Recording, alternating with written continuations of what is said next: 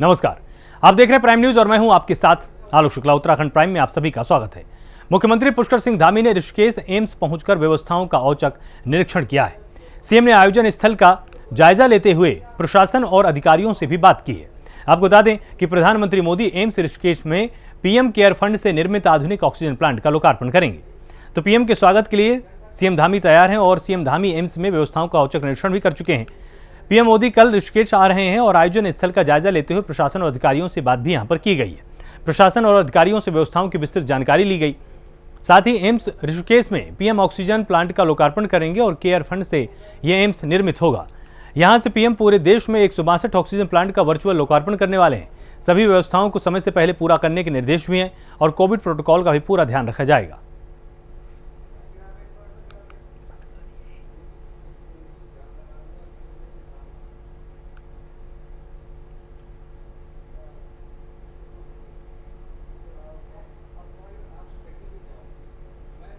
पिछले दिनों उत्तराखंड के माउंट त्रिशूल क्षेत्र में आए बर्फीले तूफान में नौसेना के 4 जवानों की मौत हुई थी। इनमें से एक लेफ्टिनेंट कमांडेंट आनंद कुमार देहरादून के रहने वाले थे। आज मुख्यमंत्री पुष्कर सिंह धामी उनके आवास पर पहुंचे और परिजनों से मुलाकात की। मुख्यमंत्री धामी ने शोक संतृप्त परिवार को सांत्वना देते हुए दिवंगत आत्मा की शांति की कामना की है। कैबिनेट मंत्री स्वामी यतीश्वरानंद और देहरादून के मेयर सुनील उनियाल गामा भी मौजूद रहे। इस दौरान मुख्यमंत्री धामी ने कहा कि लेफ्टिनेंट कमांडेंट आनंद कुकरेती की स्मृति में शहीद द्वार बनाया जाएगा।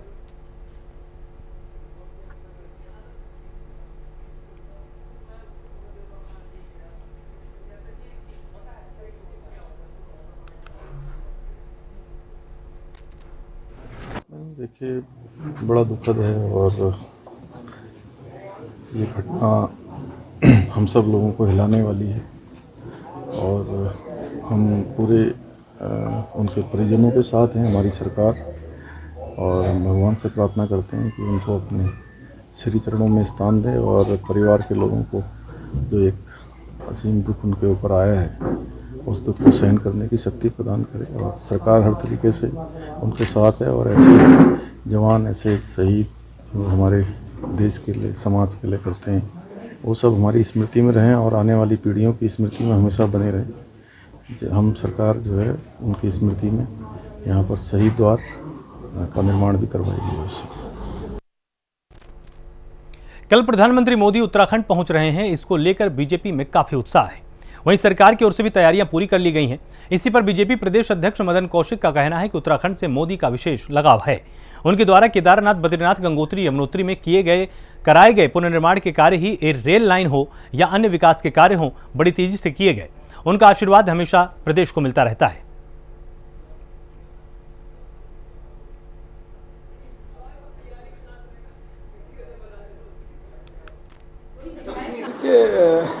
आदरणीय प्रधानमंत्री जी का उत्तराखंड से विशेष लगाव हमेशा रहा है। उत्तराखंड में उनका निरंतरता में आना रहा है।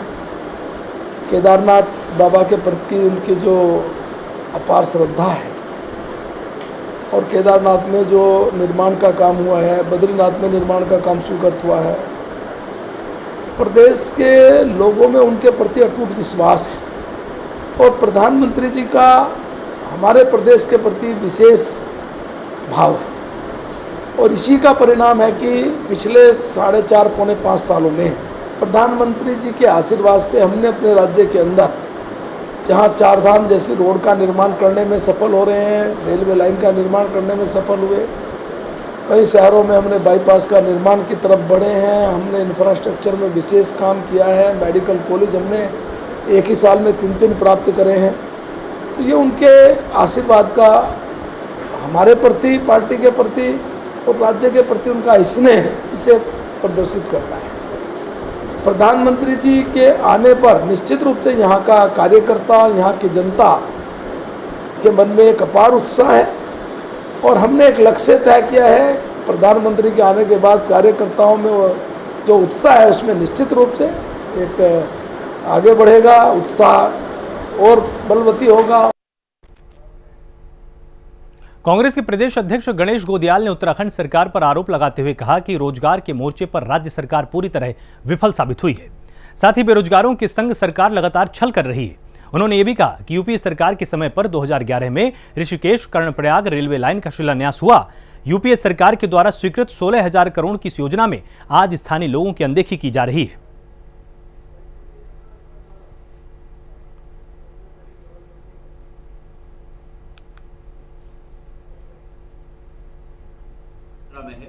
ये इन कानूनों का दुरुपयोग करके पहली बात कि भारतीय जनता पार्टी के बहुत ही वरिष्ठ नेताओं के द्वारा और उनके रिश्तेदारों के द्वारा जो लखीमपुर खीरी में किसानों को अमानवीय तरीके से कुचलकर मारा गया और प्रभावित परिवारों को मिलने के लिए हमारी राष्ट्रीय महासचिव आदरणीय प्रियंका गांधी जी जब वहाँ पर जाना चाहती थी तो सरकार ने, केंद्र सरकार की सह पर राज्य की सरकार ने उन्हें जबरन रोका और आज 4 दिन बीतने के बाद भी उन्हें रिहा नहीं किया गया।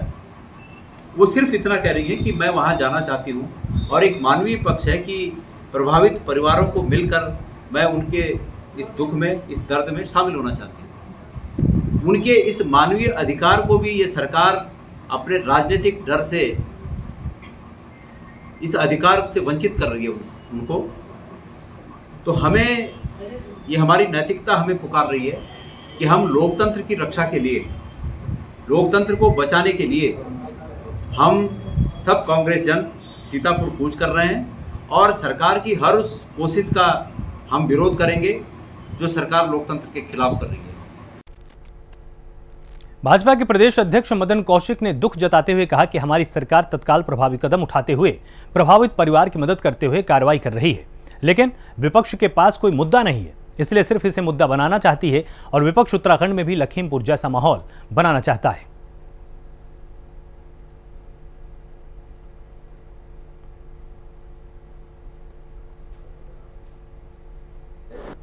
देखिए, कांग्रेस के लोगों को या विपक्ष के लोगों को इस प्रकार की राजनीति से बाज आना चाहिए। किसी भी दुर्भाग्यपूर्ण घटना में तत्काल कार्रवाई करना, वहाँ के मुख्यमंत्री ने तत्काल उसमें जो रिटायर्ड जज से जांच, जो मृतक थे उनके प्रति जो घोषणा थी, घायल थे, वहाँ के किसान लोगों से बैठकर बातचीत करना, यानी उस मैटर में ऐसा दुर्भाग्यपूर्ण मैटर हुआ जिसमें बैठकर मुख्यमंत्री जी ने उसको सोल्व आउट कराने की तरफ बढ़े। लेकिन राजनीतिक दल केवल राजनीति के लिए।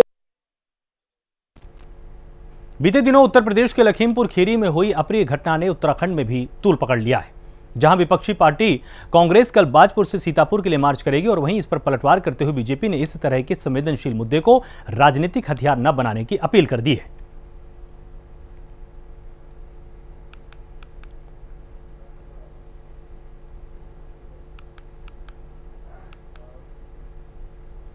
रुड़की में आईसीएससी और सीबीएसई स्कूल के एसोसिएशन के पदाधिकारियों ने दावा किया है कि एसोसिएशन से जुड़े हुए 11 स्कूल बसों का 2 वर्ष का टैक्स माफ करने के आदेश को हाईकोर्ट ने परिवहन विभाग को दिया है।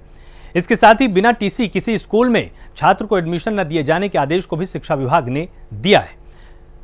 एसोसिएशन के अंतर्गत आने वाले स्कूलों की बसों के टैक्स माफ करने की मांग की गई थी। बताया कि याचिका दायर होने के बाद हाईकोर्ट ने परिवहन विभाग को मार्च 2022 तक इस 11 स्कूलों की बसों का टैक्स माफ करने का आदेश दिया है।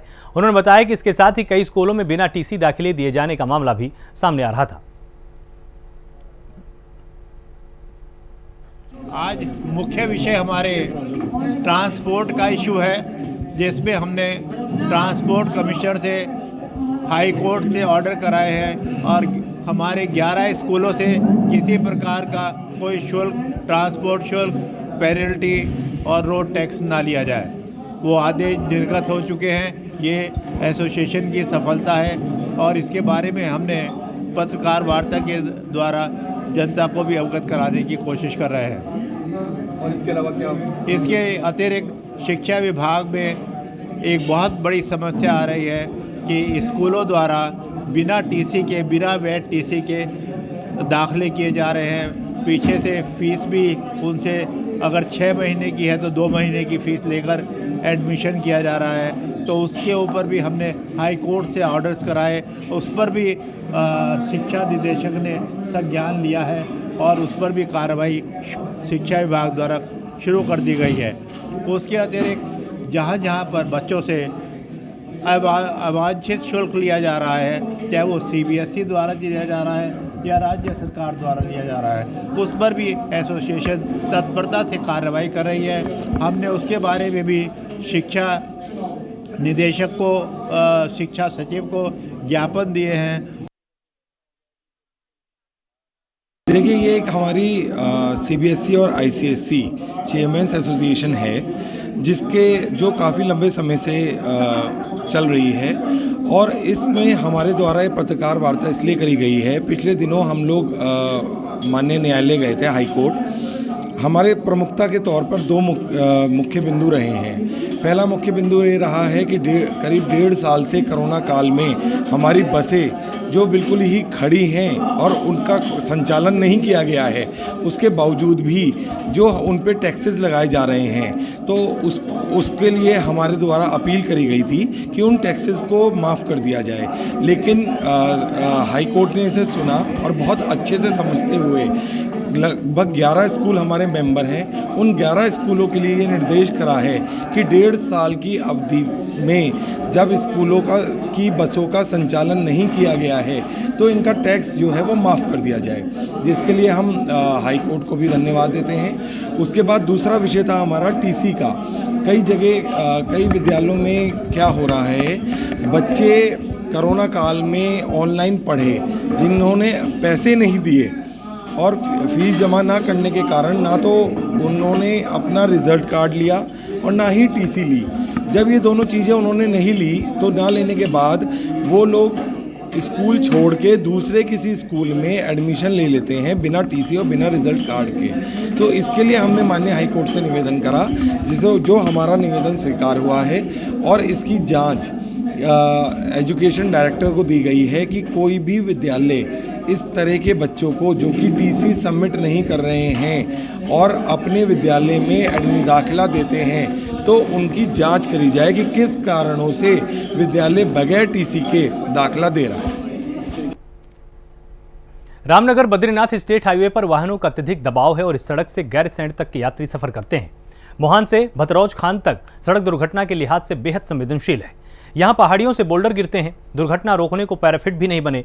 ये हाल तब है जब इस राजमार्ग पर आए दिन दुर्घटनाएं होती रहती हैं। वहीं कमजोर पड़ चुकी पहाड़ियों से भूस्खलन से निपटने को भी पुख्ता बंदोबस्त नहीं किए गए। स्टेट हाईवे पर वाहनों का अत्यधिक दबाव है।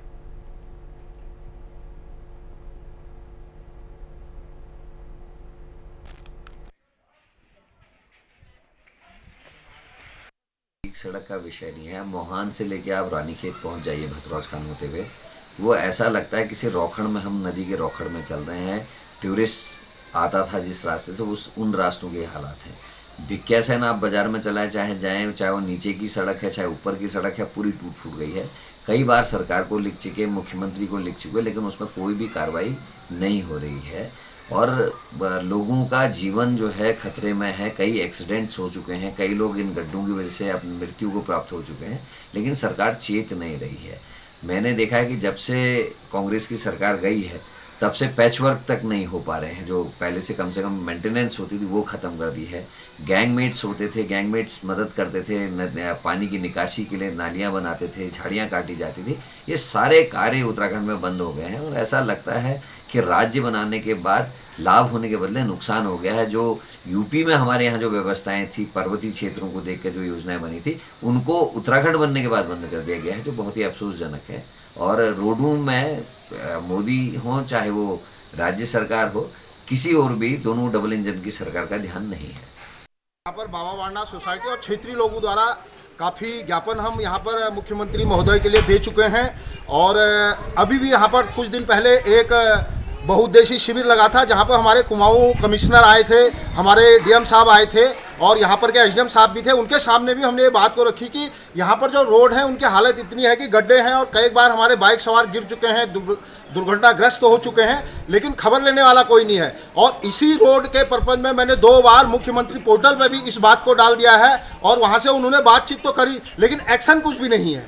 और फिर हमने इसका प्रयास किया कि हम यहाँ पर से अपने SDM साहब के महोदय के उससे हमने यहाँ पर जो हमारा रानीखेत में है अपना इसका क्या नाम कहते हैं लोक जो निर्माण खंड है वहाँ पर से हमने भी एक एस्टीमेट बना के उन्होंने 71 लाख कुछ का नीचे वाली रोड का दिया, लेकिन उसमें भी अब मैं सुन रहा हूँ कि बजट नहीं है, सरकार हाथ खड़े कर देती है। और मेरे को लग रहा है कि यहाँ तो ट्रिपल इंजन की सरकार है, क्योंकि यहाँ पर जो नगर पंचायत है वो भी हमारी जो है भाजपा से ही रिलेटेड है।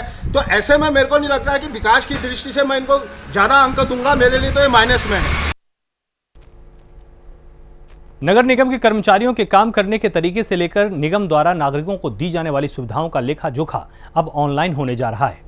स्मार्ट सिटी लिमिटेड के द्वारा एक ICC प्रोजेक्ट के अंतर्गत 8 मॉड्यूल्स बनाए गए हैं, जो गवर्नेंस मॉड्यूल्स के तहत निगम की सभी आंतरिक व्यवस्था की जानकारी रखते हुए उसमें और अधिक सुधार करेंगे।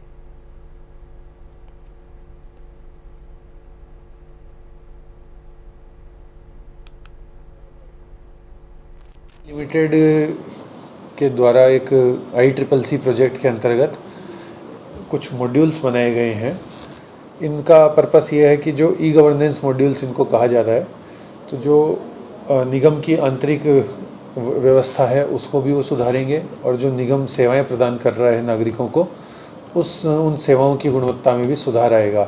इसमें विभिन्न प्रकार के मॉड्यूल हैं, जैसे complaint management system, human resource management system, store management, council management, document management, इस तरह अनेक सिस्टम्स हैं। इसको लागू करने की अभी कार्रवाई गतिमान है। ट्रेनिंग स्टाफ की करवा दी गई है और आने वाले कुछ सप्ताहों में हम देखेंगे कि ये सिस्टम धरातल पे लागू होगा। मसूरी वन प्रभाग की जौनपुर रेंज के अंतर्गत वन्य जीव सुरक्षा सप्ताह मनाया गया और वन प्रभाग की ओर से विद्यालय में गोष्ठी का आयोजन किया गया। गोष्ठी के संचालक शिक्षक त्रिलोचन जोशी और वन्य जीव सुरक्षा अधिनियम के बारे में जानकारी दी गई।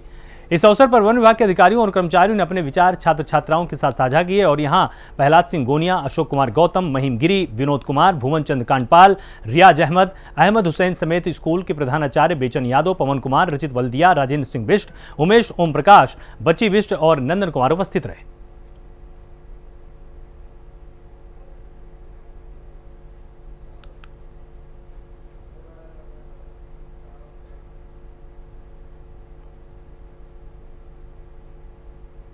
डोरसच consultant India private limited Mumbai के इंजीनियरों के द्वारा देहरादून हवाई अड्डे की नई टर्मिनल बिल्डिंग का डिजाइन तैयार किया गया था।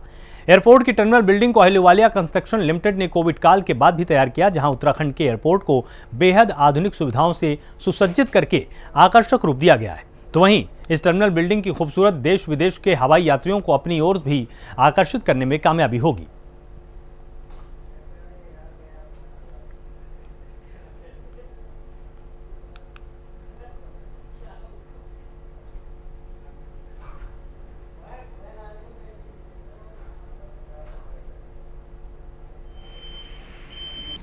हम लोग डॉर्स कंसल्ट ग्रुप करके कंसल्टेंट है। हम लोग आर्किटेक्ट एज वेल एज पूरा जो सर्विसेज है ये हम लोगों ने यहाँ प्रोजेक्ट के लिए डिज़ाइन करी हुई है। जो कंसेप्ट है ये हमारे जो आर्किटेक्ट है टीम स्नाइडर और मैनुअल गोइचे, इन्होंने ये कंसेप्ट डिज़ाइन किया हुआ है और उसके बाद फिर हम लोगों ने यहाँ पे उसके लिए सर्विसेज और जो सब सारे चीज़ें डिज़ाइन करी हुई है। तो ये जो है ये एक यूनिक एयरपोर्ट है। आपने देखा होगा कि ये जो सर्विस एरियाज़ में जो कटआउट्स है उसमें से जो ब्रह्म कमल से प्रभावित जो फीचर कॉलम निकल के आ रही है, जो उत्तराखंड के जो आर्ट वर्क हमने बनाया है। हरिद्वार के गुरुकुल में YS मेमोरियल लेक्चर की शुरुआत हो चुकी है, जो कि सिर्फ अभी तक चौधरी चरण सिंह मेरठ विश्वविद्यालय में ही हुआ करती थी।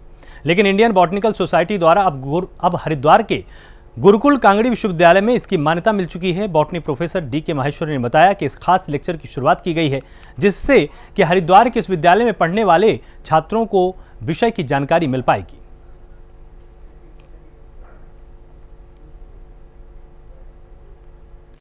हरिद्वार में आज प्रोफेसर YS मूर्ति मेमोरियल लेक्चर शुरू होने जा रहा है और इस मेमोरियल लेक्चर की स्थापना चौधरी चरण सिंह विश्वविद्यालय मेरठ में प्रोफेसर मूर्ति के शुभचिंतकों ने शुरू की थी। सन 2004 तक ये लेक्चर सिर्फ मेरठ विश्वविद्यालय में होता था। 2004 के बाद इंडियन बॉटनिकल सोसाइटी ने ये निश्चय किया कि इस लेक्चर को रोलिंग लेक्चर के रूप में विभिन्न विश्वविद्यालयों में कराया जाए। हमारे लिए ये सौभाग्य है कि इंडियन बॉटनिकल सोसाइटी ने इस वर्ष हमको कराने की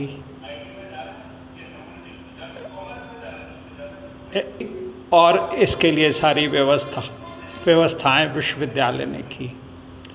ये लेक्चर वनस्पति विज्ञान के क्षेत्र में सर्वविदित है और सर्वश्रेष्ठ है।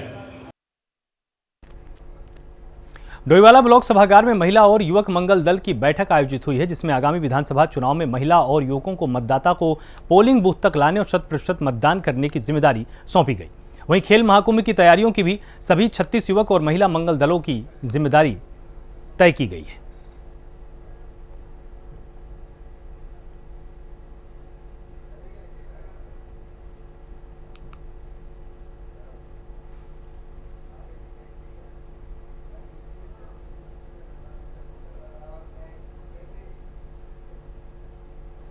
आठ अक्टूबर को केंद्रीय मंत्री ज्योतिरादित्य सिंधिया के साथ मुख्यमंत्री पुष्कर सिंह धामी एयरपोर्ट की नई टर्मिनल बिल्डिंग का उद्घाटन करेंगे।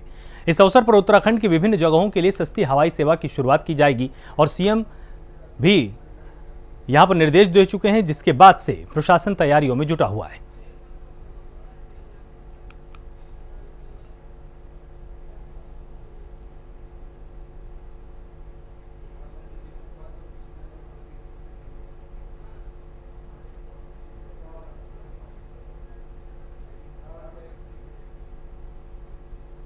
चारधाम यात्रा में दर्शन के लिए पास की अनिवार्यता खत्म होने पर बद्रीनाथ धाम में श्रद्धालुओं की संख्या बढ़ गई है।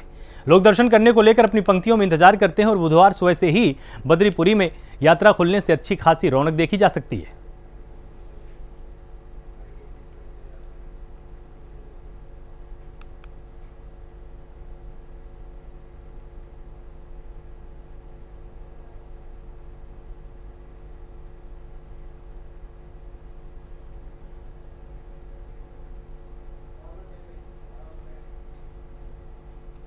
चारधाम यात्रा में सीमित संख्या की बाध्यता समाप्त किए जाने के निर्णय के बाद भूवैकुंठ धाम बद्रीनाथ में चारों तरफ खुशी का माहौल है। पूरी बद्रीपुरी में जश्न का माहौल बना हुआ है। धाम में ई पास की बाध्यता खत्म करने को लेकर आंदोलन करने वाले श्री बद्रीश संघर्ष समिति से जुड़े लोगों, साधु संतों ने मौनी बाबा और राजेश मेहता के साथ मिलकर होटल कारोबारियों, तीर्थ पुरोहितों ने खुशी का माहौल है।